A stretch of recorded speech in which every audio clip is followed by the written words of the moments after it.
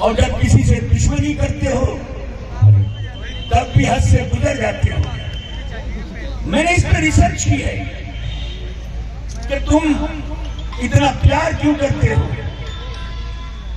जब किसी के सामने मेहमान नवाजी करते हो तो मेहमान के सामने रखी हुई प्लेट में खाना या मिठाई नहीं रखते, बल्कि अपने सीने के पिंजरे से निकालकर अपना दिल उस प्लेट में रख देते हो।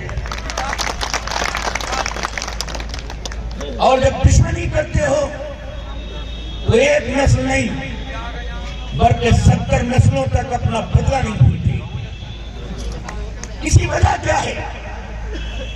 इसकी वजह एक ही है कि पूरे एशिया में मीठे इसलिए हो कि पूरे एशिया में, हिंदुस्तान में नहीं बल्कि पूरे एशिया में, और एशिया में जापान भी है और आधा तुर्की भी है, इतना मीठा गुड़ और इतना गुड़ कहीं नहीं बनता जितना मुजफ्फरनगर में बनता है।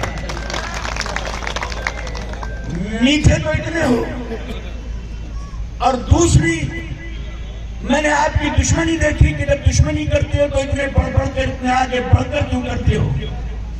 इसकी वजह यह थी कि आपके पड़ोस में हस्तिनापुर है और पूरा महाभारत हुआ है तो हस्तिनापुर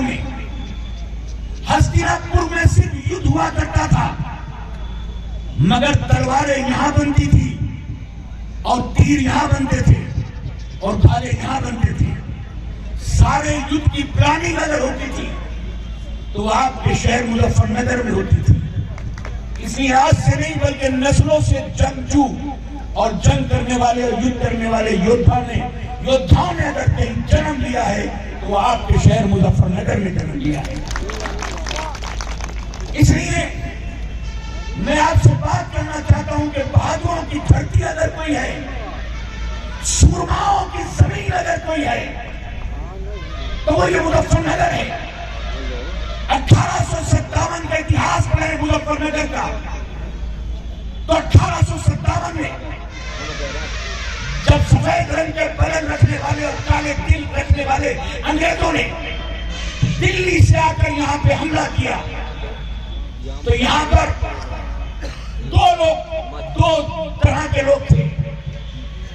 एक थाना भवन में मोहन सिंह राजा थे और दूसरे मुजफ्फरनगर के इलाकों में पठान और सैयदों का राज था।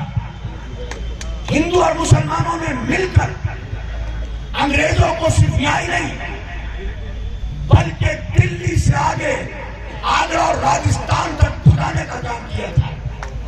मगर याद रखो, तुम्हारी ताकत तभी ताकतवर होती जब हिंदू और मुसलमान मिलकर एक साथ मिलकर मोहब्बत की दास्तान लिखी है।